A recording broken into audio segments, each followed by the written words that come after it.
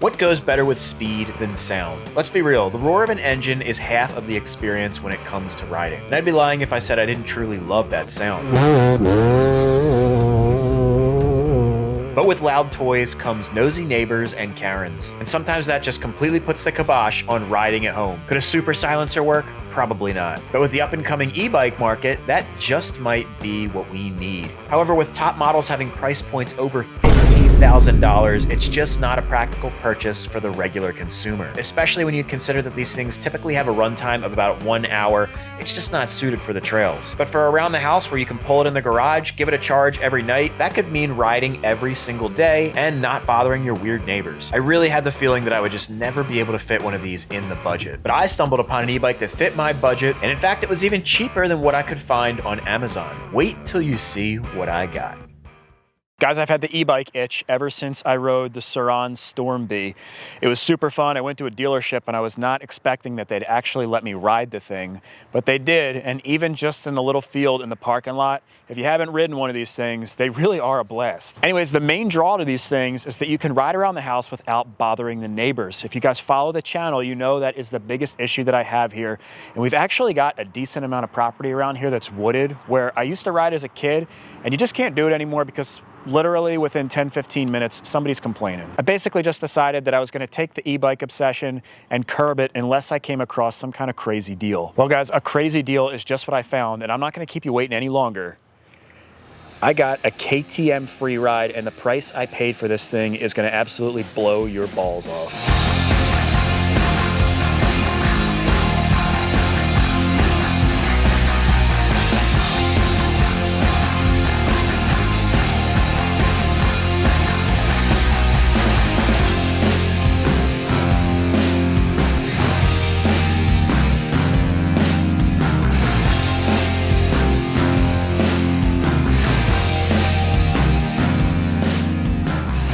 If you're at all familiar with the e-bike market, you probably know that these things fetch a really pretty penny, especially this KTM. Just to put things in perspective, the MSRP of this exact bike is $11,299, which is ridiculous, man. After taxes and dealer fees and all that shit, you're probably looking at, I would say, at least $12,500 to $13,000 out the door for this KTM. And the e-bike market has also gotten pretty competitive, you know, with things like the Stark Varg out there. This bike is pretty much, it's completely outgunned in like every category. And that doesn't mean this KTM isn't an awesome machine. From what I read online, this is supposed to give you the performance of about a 250 four-stroke dirt bike, which should be absolutely perfect for me. They're supposed to be awesome in the trails, and we should be able to get between 1 and 2 hours of ride time per charge. So if the KTM has a lower performance mark and such a high price point, you might be wondering why I chose to buy this one. Well guys, sometimes it pays to constantly be scanning the market looking for deals, even when you don't really need anything. Well, sometimes. But in this case, it really worked out. So I found this website. It's the Motorcycle Mall, and you can see from their drone footage, it's an absolutely enormous dealer. Anyways, in their inventory, I actually found this on a Facebook ad. They had KTM free rides for $4,999. It seems almost too good to be true. And as you can see, the retail price is $11,299. So it's $6,300 off. That's like 60% off. Seems ridiculous. And I was thinking one of two things, if not both. One is that if it's real, there's probably a ridiculous amount of dealer fees that go on top of that price, and they're just giving you that price to get you in the door. And the other thing that I was thinking of is there's a lot of scam dealership websites. I see them on Facebook ads all the time, especially with automotive, where it looks like a legitimate dealership. They even have a phone number that you can call. Somebody even answers the phone. It's crazy. And essentially they're trying to get you to put a deposit down, and it turns out they're not even a real dealership. It's only within an hour and a half, so I figured I would go up there and have a look for myself. And sure enough, guys, I walked out the door. The cash price was $5,500 out the door, which is insane for this bike. It was just a deal that was too good to be true, and I just couldn't pass it up. To put that price in perspective, when I got the e-bike itch, I was looking all over for these e-bikes, and I was trying to find something at least relatively affordable. It didn't have to be name brand, but something that's at least decent so that I could get on two wheels immediately. So I went right to Amazon, and the cheapest one I could find in a full-size dirt bike, you know, there's plenty of e-bikes out there, but a full-size dirt bike was $6,000, this Mototech Venom. Now, I've seen variations of this on other YouTube channels where they were It may have been a different brand name, but if you know with Amazon and like Temu and stuff like that, you'll get multiple products that are they're exactly the same, but they're just rebranded. And this Mototech one is no different. It's like a 4-speed manual electric. And I've seen it on plenty of YouTubers' channels, and they're all really tacky. One of them, like the throttle tube was spinning off and stuff, and it was getting stuck, wide open throttle. We're not off to a good start. Got it in third and it shut off on them, so it won't turn back on. Did it again. Once it hits a certain speed, it always cuts out. Just cuts out. Throttles, Why does it go backwards? shoot, come on. Hey. Oh. I wouldn't ride. Oh! So I was like, dude, I wouldn't even want to buy this. And $6,000 isn't cheap either. Before the KTM and at $4,999, I felt like we were getting a crazy good deal. I had to buy it. Now, just because we got an awesome deal on this thing and it has decent performance right out of the box, doesn't mean we shouldn't do some performance mods immediately off the bat. Now, I've been absolutely chomping at the bit to ride this thing. I didn't test drive one of these at the dealership, and I still have not ridden this one. It's absolutely killing me every time I come out in the garage.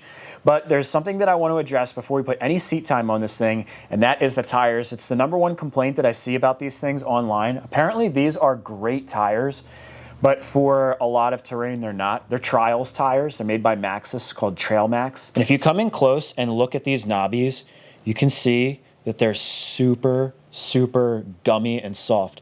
They're actually almost sticky, like it feels like bubble gum or something. Apparently these things are super good on the rocks. That's not the kind of terrain that I'm gonna be riding, and apparently these tires really suffer in the sand and the soft stuff, which is where I do plan to ride it. So instead of wasting these tires and riding around on them, I'm gonna swap them out so that way they'll still be brand new and I can actually sell them, hopefully recoup a little bit of my money, and we'll get much better performance out of the new tires. I also want to put some frame tape on here before we take this out. That's going to protect the frame and make it a little bit more grippier for riding. And I'd like to put a foot brake on here too. I did buy the pieces to do that, but we're not going to do that in this video. The whole point of buying this was to get more seat time at the house and practice for my gas bikes, and I want to make it as close to the gas riding experience as I can, so they would have a foot brake on there. And one other thing I want to do that won't be in this video is put a signal kit on this so that it will essentially be street legal. I've already applied for the street legal title, and that way I can take this thing out into the street and pull off and go right into trails and not have to worry about the cops. All right, let's get this thing up on the stand and get the tires swapped out. Using my trusty Tusk scissor stand, this thing makes the job really easy. Go ahead and lock the pegs down. And that's really all we need.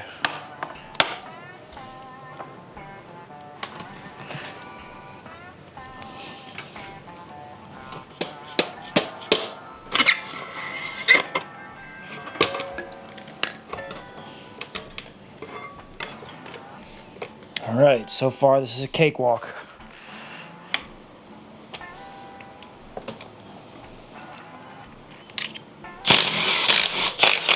Man, it is really nice working on new things.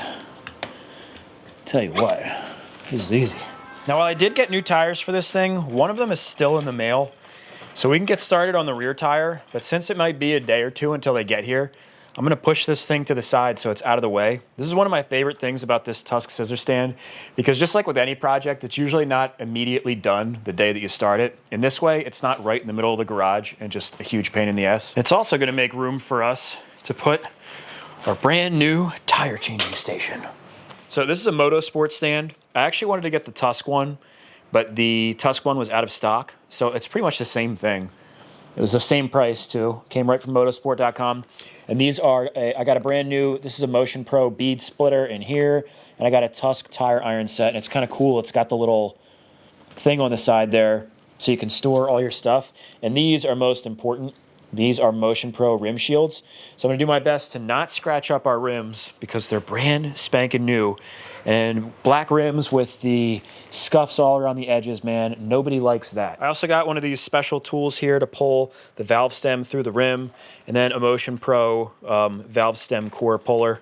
Just some basic stuff, but it's always cool to get goodies, especially when they're tire changing goodies, because I absolutely love changing tires. You know, when anybody says, hey Mike, you gotta change these tires out, I just get so excited, as I'm sure you guys do. Yeah, right. So this should help make the job just a little bit easier. I'll get back to you when we're done.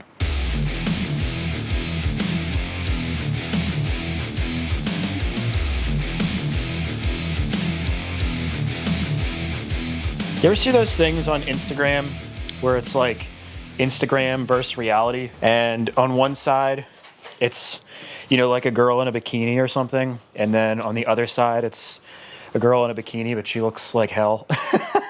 I feel like that's what changing tires is like. You watch these guys on YouTube and stuff where it's like how to change a tire in 3 minutes.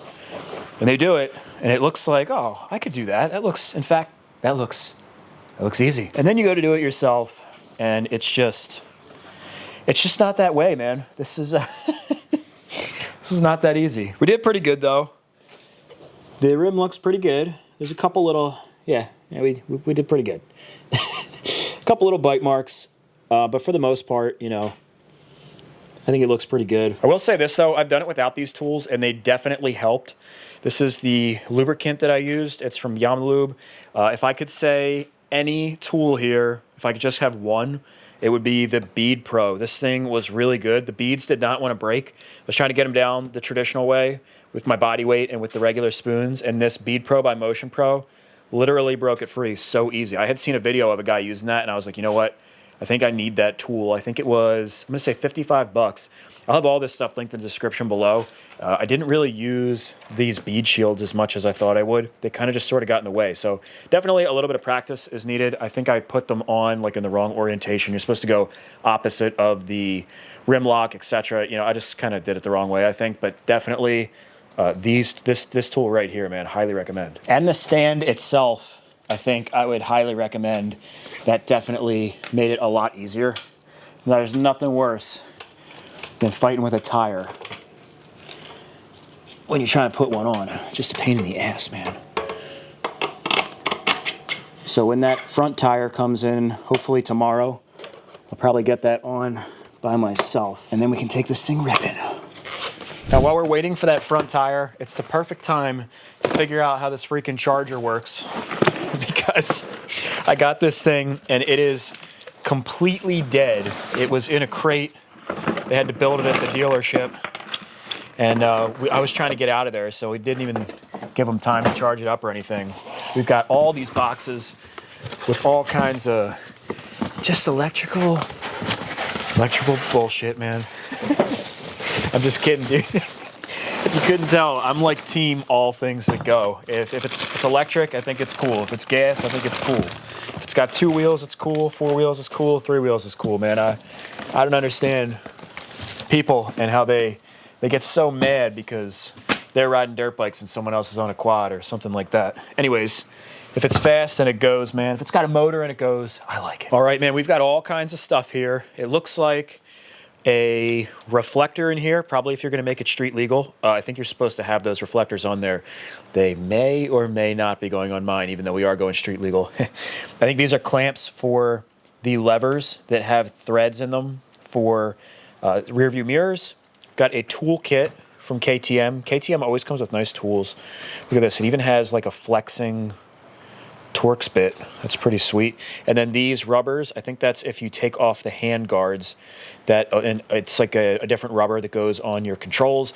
And then it's even got the WP stickers that would go on the forks if we were to remove these reflectors, and they may or may not be on here when I'm done with this also. Then we've also got a number of cables here and our charger. The charger has got a couple options here.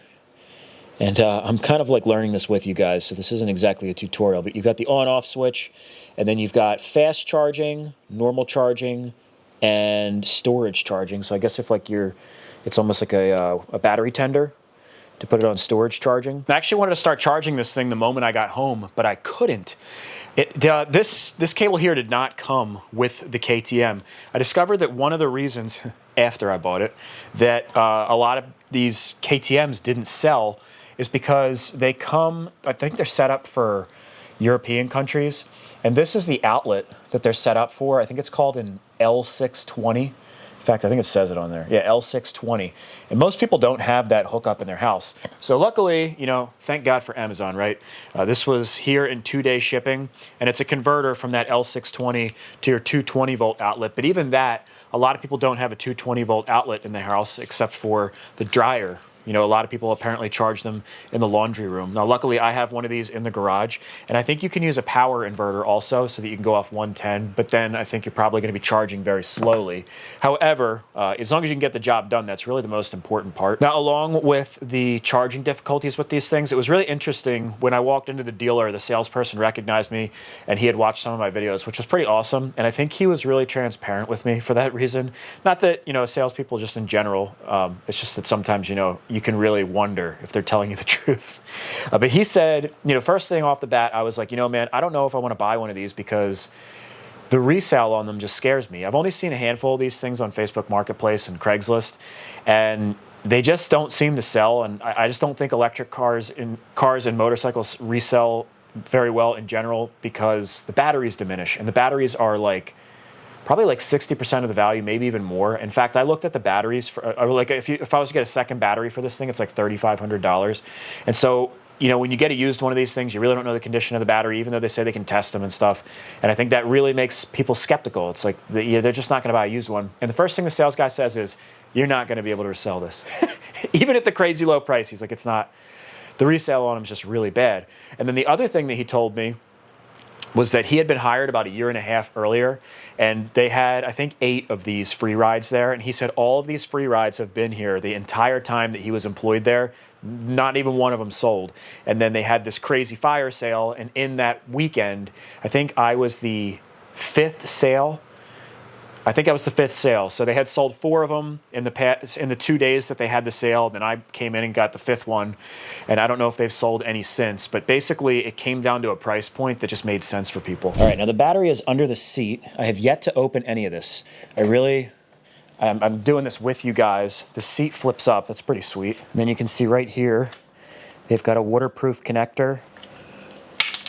We'll plug this in here. They've got the 2 little dots there, so you can line up the pins. Then we've got, oh shit, this doesn't, what the hell? All right, it looks like 1/2 goes into the charger. That locks in place. And then this one goes down here. Now I can take my adapter and plug it into my 220 volt outlet.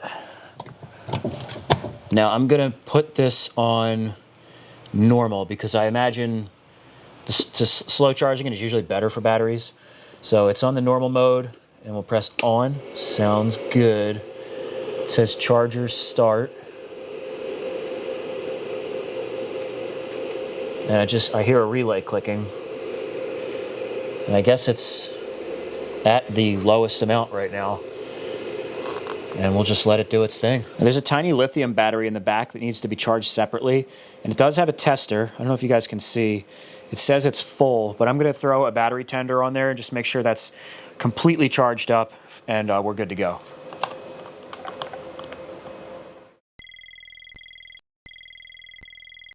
I actually timed myself, and I'm pretty proud, man. I did this in 40 minutes, taking off the old tire and putting the new one on, and pretty much taking my time because I really didn't want to nick up these rims. So 40 minutes from start to finish, I think that's pretty good. And really, man, I think it's because of the tools. I actually didn't mind doing this job. I've always dreaded tire jobs. Whenever I got to do that, I'm like, oh, really? Anyways, what I'm putting on here right now is the Tusk gloss coat. I'm making sure not to get it on the disc brake because that would be bad. But that kind of just cleans off the tire lubricant that I put on there, gives them a nice shine and kind of protects them a little bit. And the tiny little scratches, they just kind of go away. But for real though, I kind of didn't scratch it. I'm pretty proud of myself. Nice day to work outside. Just another reason that I love this Tusk stand, because we could just roll our bike right outside. You've got the adjustable height, so you can get it pretty much right where you need to go. And it makes putting the front axle in very easy.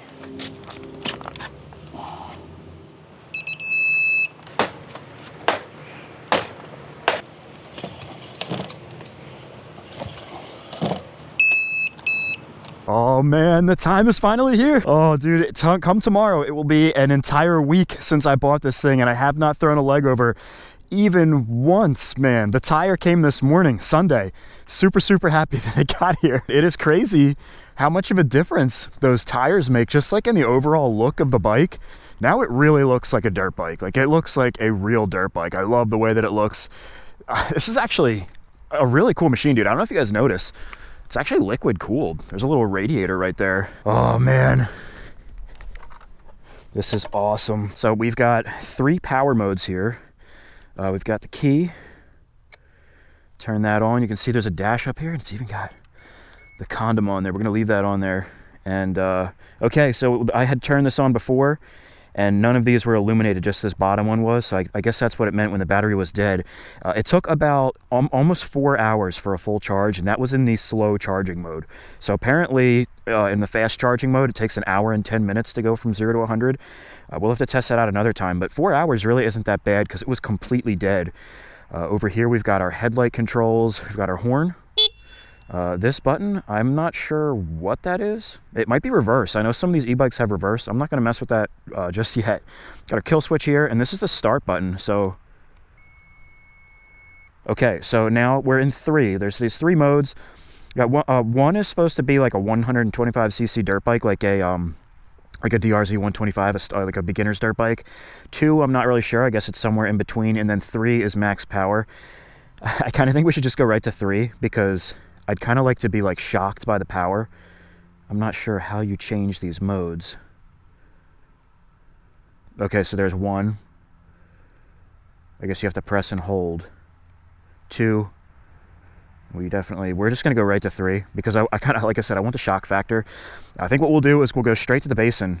I guess this doesn't have a neutral, or does it? I mean, we got to give it a sound check, man. I guess we'll put it in.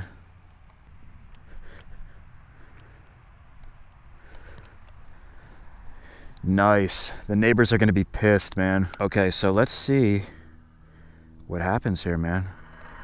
Nice and smooth. That was one of the things I was concerned about. Whoa! Plush suspension, dude. The throttle control with like the Chinese no-name ones, I read that they were very jerky because electric is super torquey.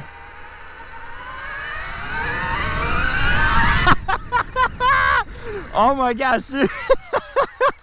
I can't stop laughing. I was just stomping for the rear brake. It feels really weird. We are gonna fix that, but oh dude, let's just take this straight to the basin, dude, where we can actually open it up.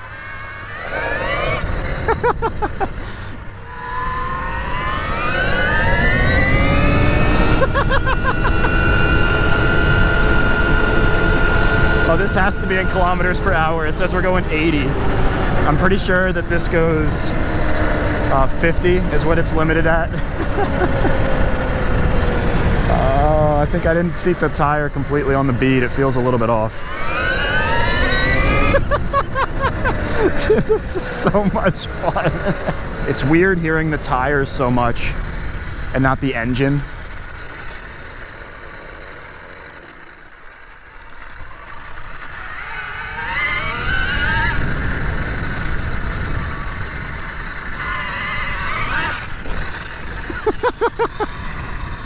Oh man.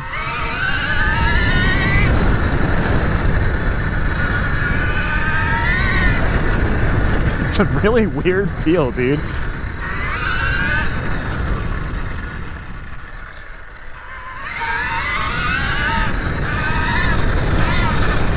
The suspension's really plush.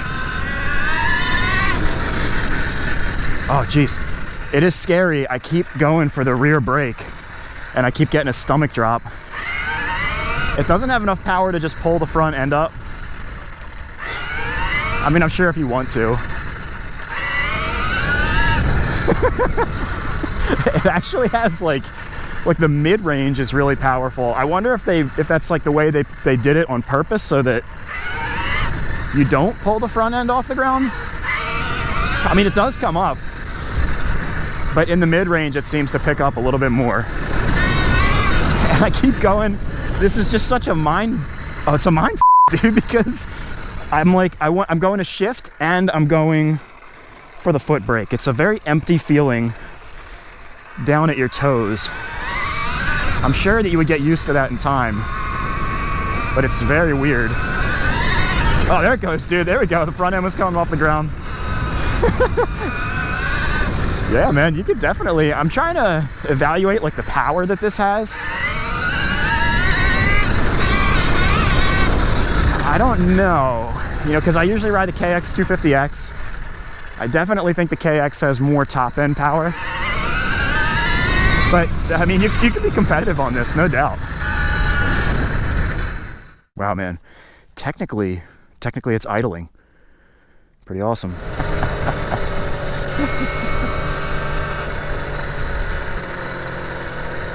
This dude doesn't even know I'm here.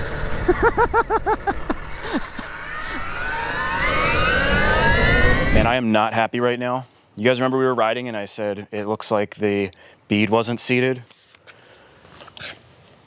Well, I must have pinched a tube. I just refilled this up, I checked the valve stem, and the freaking tire keeps going flat. So I have to change out the tube. You know, guys, if I have to do something that I really don't feel like doing, I might as well make a game out of it. And we're gonna see how fast I can change this tube out. So I'm gonna set the timer, see how long it takes. I'm not gonna go super fast because we don't wanna pinch another tube. And thank God I had this spare tube here. It's for the KTM 350. I'll just have to order another one of those for the other KTM. Let's get to it.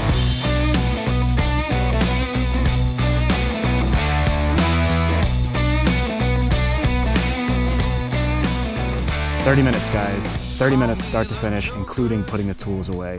Not bad, not bad. And believe it or not, we're in the woods, man. These are my old stomping grounds when I was a kid.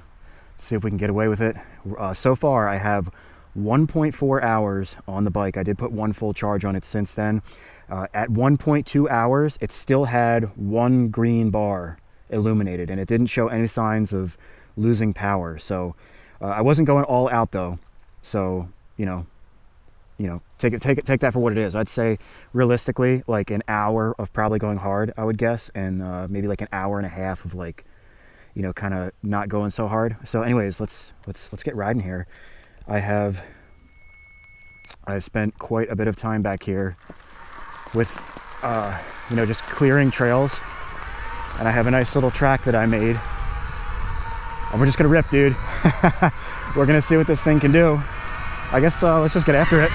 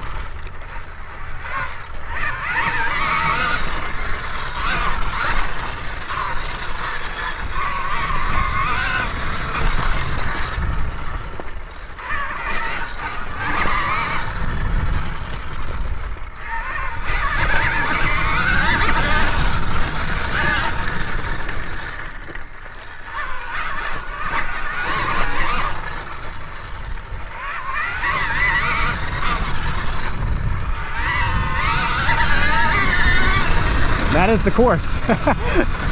Not bad, right? For 2 days coming back here and clearing it out. It's really fun. I don't know if I'm just getting more comfortable on a bike, or it could be because it's hard packed too. You know, I've been riding on sand. I feel much more comfortable on this bike than on my Kawasaki. And I also noticed the suspension is much more plush. The Kawasaki just really beats me up.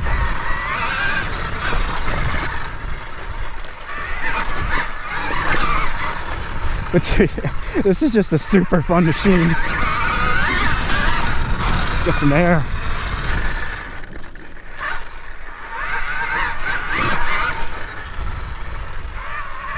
Oh.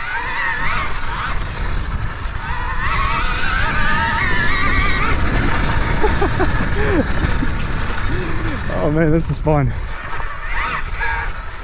On the dirt, that back end just breaks free like really quickly.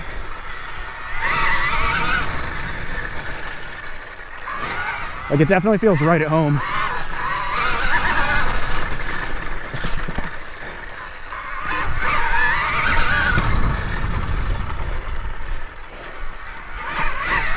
Oh, I just hope that all of this translates to the gas bike, because like I said, the big majority of this is, I mean, not just, of course, it's fun and being able to just ride at the house, period. But I really want to increase my skill level just on the bike in general.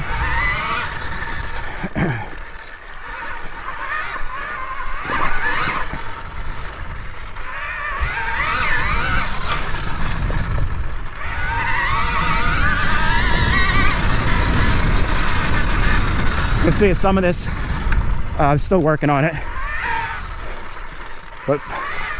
And I've got there's a lot of real estate back here that I can make more trails. But I just wanted to create some kind of circuit so that I could start enjoying this thing. It took me like 2 days to make this one, but it's like such a blessing that I can do this now. I've been having like dreams about it. And now that when I wake up and realize that it's a reality, it's just really cool.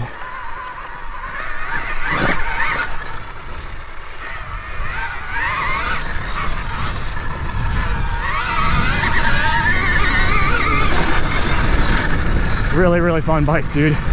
Well worth the 5,500. I feel like I'm starting to get a little bit quicker.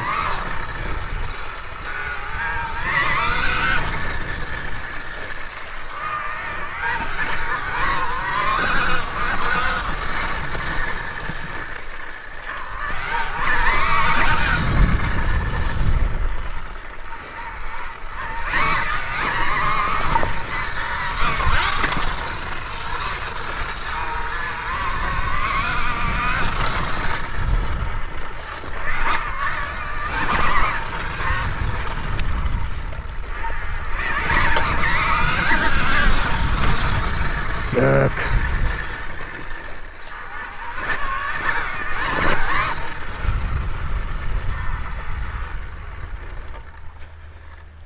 Whew, man, that is super, super fun, man. I love this bike.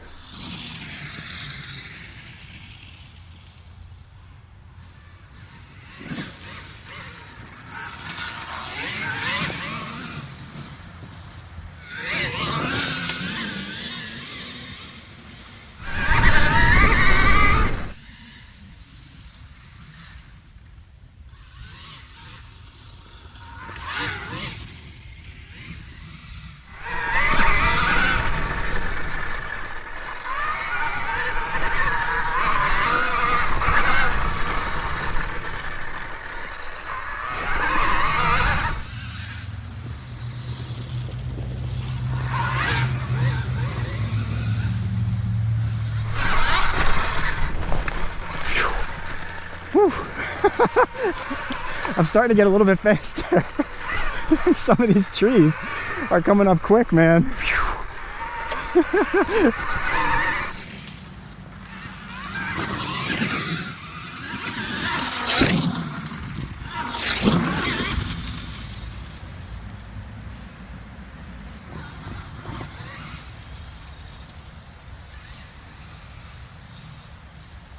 Well, guys, I would say that this was a complete win. Highly recommend this, especially if you're in an area where noise is an issue. Absolute blast, man. For me, I would say I'm like intermediate rider at this point. I mean, I can't even really use the full potential of this thing. So, and I'm also considering gearing it down a tooth because, I mean, back here, I'm probably not going to be going 50 miles an hour. So if I geared it down, it might be even better.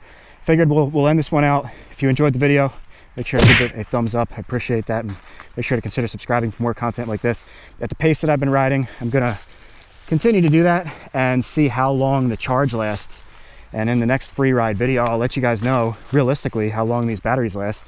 And I think we'll just finish this one out trying to do a hot lap. We'll see how fast I can do this and hopefully not crash. So this will be the finish, the little jump right here. And I'm just going to keep trying to improve my time more and more each day. All right, guys, I love you. Oh, I guess we got to turn it on, huh? I think it kind of like times out when you don't ride it for a little bit. All right, here we go.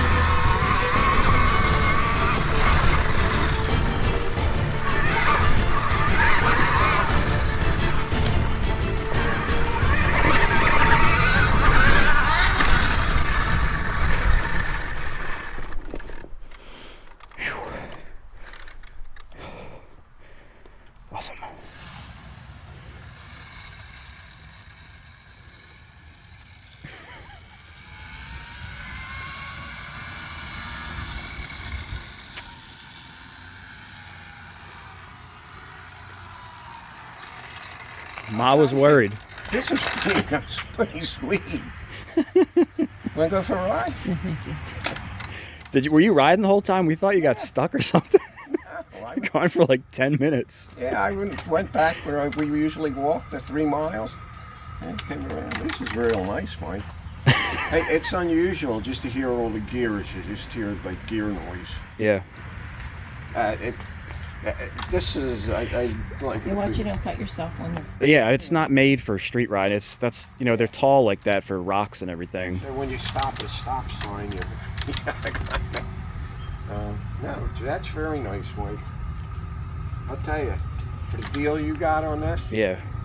The only thing I don't like is the idea, if you run out of gas, you can't just get gas, Yeah, and you can't plug it in anywhere either. You'd have to have a charger with you. That's what I don't like. Yeah. This one's the back brake now. Yeah, I ordered a foot brake. I'm gonna put the foot brake on, and it won't have the one up top because that confuses me.